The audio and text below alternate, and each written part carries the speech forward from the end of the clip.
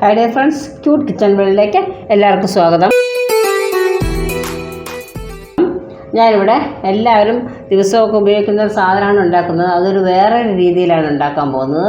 നമുക്ക് നോക്കാം. അത് ഞാൻ കുറച്ച് കടലപ്പരിപ്പ് എടുക്കുകയാണ്.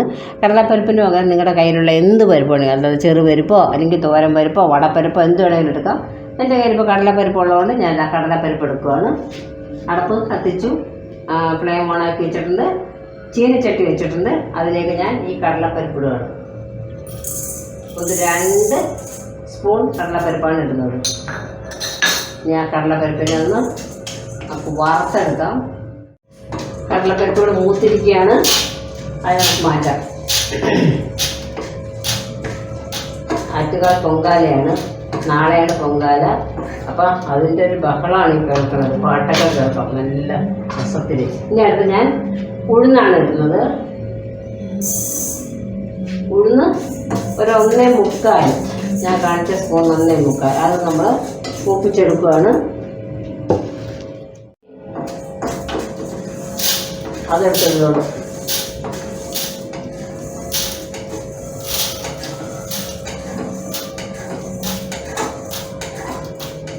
ചൂടായതിൻ്റെ പാവം ചട്ടകം ഒന്ന് വേർത്ത്.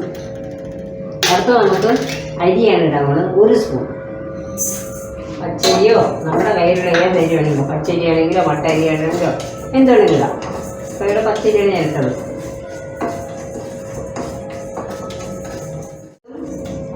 ആയിട്ടുണ്ട് അരി.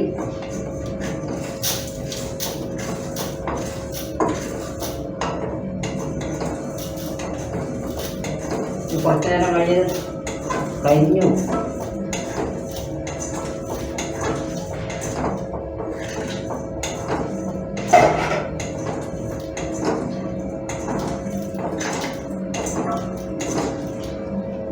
ഈ ചട്ടകത്തെ ഞാൻ ഫാനിൻ്റെ ചുവട്ടിൽ കൊണ്ട് വയ്ക്കാൻ പോവാണ്. അത് വേർത്ത കണ്ട ചട്ടകം കഷ്ടം വേർത്ത് ഇതാവും. ഇനി ഫാൻ കൊള്ളിച്ചത് തണുപ്പിച്ചത് ഫാന്. ഇനി നമുക്ക് അടുത്ത് ഇടേണ്ടത്, നമ്മളെടുത്ത സ്പൂണിന് അതേ സ്പൂണിന് ഒരു കാൽ ടീസ്പൂൺ ഇല്ല, ഉണ്ടോ സ്പൂൺ കണ്ടോ, വലിയ സ്പൂൺ, അതിന് 1/4 ടീസ്പൂൺ ഇല്ല, കുറച്ച് ഉലുവ, അതിനായ കഴിക്കും.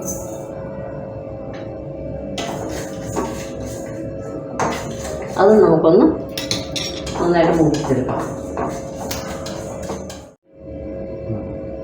ഇനിയിപ്പോൾ മല്ലിപ്പൊടിയാണ്. ഇനി ഞാൻ പൊടികളാണ് ഇടുന്നത്. പൊടി ഇടുമ്പോഴത്തേക്കും നമുക്ക് ഇത് ഓഫ് ചെയ്യണം. പൊടി ഇടുമ്പോഴത്തേക്കും കണ്ടോ, മല്ലിപ്പൊടിയാണ് ഇത്. ഞാനിപ്പോൾ ഫ്ലെയിം ഓഫ് ചെയ്തിരിക്കുകയാണ്. ചീനിച്ചട്ടി നല്ല ചൂടായിട്ടിരിക്കുകയാണ്. അപ്പം ഞാനിത് 1 സ്പൂൺ നിറച്ചില്ല ഇടുവാണ്. നമുക്ക് ഇതിനകത്ത് ചൂടാക്കാം. നല്ല ചൂടാണ് ഈ ചീനിച്ചട്ടി ആയതുകൊണ്ട്. ഫ്ലെയിമൊക്കെ ഓഫ് ചെയ്തപ്പോൾ നല്ല ചൂടാവുന്ന സാധനം നമ്മൾ ഫ്ലെയിം ഓഫ് ചെയ്തേക്കണം. എന്നിട്ട് വേണമെങ്കിൽ പിന്നെ നമുക്ക് വയ്ക്കാം. മല്ലിയാണ് ഇടുന്നതെങ്കിൽ കുഴപ്പമില്ല. ഇത് ഞാൻ മല്ലിപ്പൊടിയാണ് ഇടുന്നത്. മല്ലിപ്പൊടി ഏകദേശം ആയിട്ടുണ്ട്. അതിലേക്ക് തന്നെ ഞാൻ മുളക് പൊടി, ഈ മല്ലിയും മുളകും ഒക്കെ ഞാൻ ഇവിടെ പൊടിച്ചതാണ്, വീട്ടിൽ പൊടിച്ചതാണ്. അതാണ് ധൈര്യമായിട്ട് ഇട്ടിരുന്നത്. അതും ഒരു 1/4 ടീസ്പൂൺ ഇട്ട്. എരിവ് അവനവൻ്റെ ആവശ്യത്തിനനുസരിച്ച് എരിവ് കൂട്ടുകയോ കുറയ്ക്കുകയോ ചെയ്യാം. അതുകൂടെ ഇതിനകത്തിട്ടിട്ട്. അപ്പോൾ ഇതിപ്പോൾ ഞാൻ ഫ്ലെയിം ഓഫ് ചെയ്തിരിക്കുകയാണ്. കാണാൻ പറ്റുന്നുണ്ട്, ഫ്ലെയിം ഓഫ് ചെയ്തിരിക്കുകയാണ്. ചീനിച്ചട്ടി നല്ല ചൂടായിട്ടിരിക്കുകയാണ്. ഇതിലേക്ക്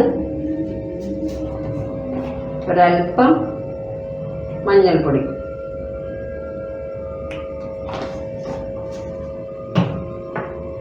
കായം ഞാനിവിടെ വറുത്ത് പൊടിച്ച കായമാണ്.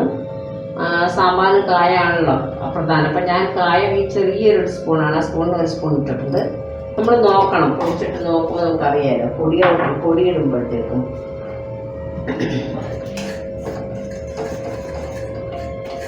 നുള്ള് ജീരകം ഇടണം, ചെറിയ ജീരകം. വെളുത്തുള്ളി ഇടാൻ വേണമെന്നുണ്ടെങ്കിൽ വെളുത്തുള്ളി ഇടണമെന്ന് വെളുത്തുള്ളി ഇടാം. ജീരകം ഞാനിപ്പോൾ ജീരകം ഇട്ടത്. വെളുത്തുള്ളി ഇടുമ്പോൾ നല്ല സ്വാദാണ്. പക്ഷെ എനിക്ക് ഈ വെളുത്തുള്ളി നമ്മൾ അധികം കഴിച്ചു കഴിഞ്ഞാൽ പല്ല് ഒക്കെ ദ്രവിച്ചു പോകുമെന്ന് പറയുന്നു. അപ്പം സത്യമാണത് ശരിക്കും പറഞ്ഞത്. സത്യമാണെന്ന് പറഞ്ഞാൽ എനിക്ക് എൻ്റെ പല്ല് പോയി, എൻ്റെ പല്ല് പോയി ചിലപ്പം വേറെ അസുഖങ്ങൾ കൊണ്ടായിരിക്കും, കാൽസ്യത്തിൻ്റെ കുറവ് കൊണ്ടും ഒക്കെ ആയിരിക്കാം. പല്ലൊക്കെ കൊഴിഞ്ഞു പോയി. അങ്ങനെ ഞാനൊരു പല്ല് കൊഴിഞ്ഞ സിംഹമായിട്ട് നിൽക്കുകയാണ്. ഇനി നമുക്ക് ആദ്യം മുഴുവനോടെ വറുത്ത് വെച്ചിരിക്കണില്ലേ, അത് ഒന്ന് മിക്സിയുടെ ജാറിലിട്ട് ഒന്ന് പൊടിച്ചിട്ട് വരാം. എന്നിട്ട് നമുക്ക് ബാക്കി കൂടെ ചേർക്കാം. ഇത് നോക്കിയപ്പോൾ ഇതിനൊരു നിറം പോരായിക ഉണ്ടാവും. എരിവുണ്ടെങ്കിൽ നിറം ഒരു ഭംഗി വേണ്ടേ.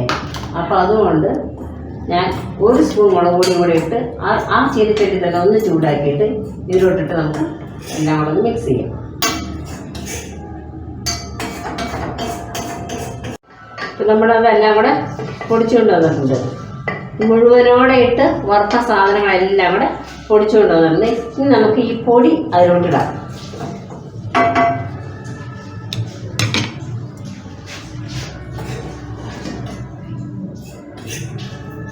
പൊടി നമുക്ക് അതിനകത്തിട്ട് വറക്കാം, മിക്സിയിൽ അടിച്ചെടുക്കാം. ഇതിപ്പോൾ പൊടിച്ച് വെച്ചതുണ്ടല്ലോ, അതിൻ്റെ കൂടെ മറ്റേ നമ്മൾ വറുത്തത് കൂടെ ഇടുവാണ് പൊടികൾ. ഒന്നുകൂടെ അടിച്ചുകൊണ്ട് വരാം.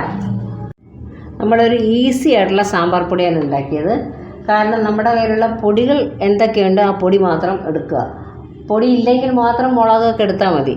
ഇതിപ്പോൾ എന്തെങ്കിലും പൊടിയൊക്കെ ഉള്ളതുകൊണ്ട് വീണ്ടും മുളകെടുത്ത് വറക്കേണ്ട ആവശ്യമില്ലല്ലോ. അതുകൊണ്ട് ഞാൻ ആ പൊടികളെല്ലാം എടുത്തിട്ട് ബാക്കി ഇല്ലാത്ത, അതായത് പൊടിയായിട്ടില്ലാത്ത സാധനങ്ങൾ, പയറ്, പരിപ്പ്, അങ്ങനത്തെ സാധനങ്ങൾ പൊടിയില്ലായിരുന്നു. അപ്പോൾ അതുകൊണ്ട് ഞാനത് ഇട്ട് ഇതെല്ലാം ഉണ്ടെങ്കിൽ എല്ലാം കൂടെ ഒരുമിച്ച് മിക്സ് ചെയ്തിട്ട് അങ്ങനെ ഉണ്ടാക്കിയാൽ മതി. ഇതൊന്നുമില്ലാതെ നമുക്ക് സാമ്പാർ ഉണ്ടാക്കാം. ഇത് ഉണ്ടാക്കുമ്പോൾ നല്ല കൊഴുപ്പ് കിട്ടും സാമ്പാറിന്. പരിപ്പ് കുറച്ചുണ്ടാക്കണം സാമ്പാറിന്. ഇതിങ്ങനെ ഇടുകയാണെങ്കിൽ നമുക്ക് നല്ല കൊഴുപ്പായിരിക്കും.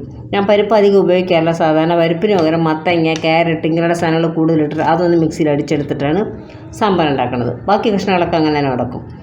പിന്നെ ഇത് അല്ലാതെ നമ്മൾ സാമ്പാർ ഉണ്ടാക്കും. ഞാൻ സാധാരണ സാമ്പാർ പെട്ടെന്ന് ഉണ്ടാക്കുന്നത് വെറുതെ മുളക് പൊടി, മല്ലിപ്പൊടി, മഞ്ഞൾപ്പൊടി, കായംപൊടി, ഉലുവാപ്പൊടി ഇത്രയും ഇട്ടിട്ട് സാമ്പാർ ഉണ്ടാക്കാം. വളരെ ഈസി ആയിട്ട് ഉണ്ടാക്കാം. ഇത് അല്ലാതെ നമുക്ക് കൊഴുപ്പോട് കൂടി ഉണ്ടാക്കാം. അതിനാകുമ്പോൾ പരിപ്പിടുമല്ലോ നമ്മൾ, അപ്പോൾ കൊഴുപ്പ് വേണം. ഇതിന് പരിപ്പിടാതെ ഉണ്ടാക്കാനായിട്ട് ഇതാണ് നല്ലത്. പരിപ്പിട്ടും ഉണ്ടാക്കാം. വളരെ ഈസിയാണ്. നാളെ പൊങ്കാലയല്ലേ, അപ്പോൾ ആരെങ്കിലുമൊക്കെ വരുമ്പോൾ നമുക്ക് എന്തെങ്കിലും കൊടുക്കണ്ടേ, ഭക്ഷണം, ഇഡ്ഡലി, സാമ്പാർ അങ്ങനെ എന്തെങ്കിലും കൊടുക്കുകയൊക്കെ വേണമല്ലോ. അപ്പോൾ അതുകൊണ്ട് ഇതിപ്പോൾ പെട്ടെന്ന് ഉണ്ടാക്കി വെച്ചാൽ നമുക്ക് ഈസിയാണ്. അതിന് വേണ്ടിയാണ് ഉണ്ടാക്കണേ. എല്ലാവർക്കും പൊങ്കാല ആശംസകൾ.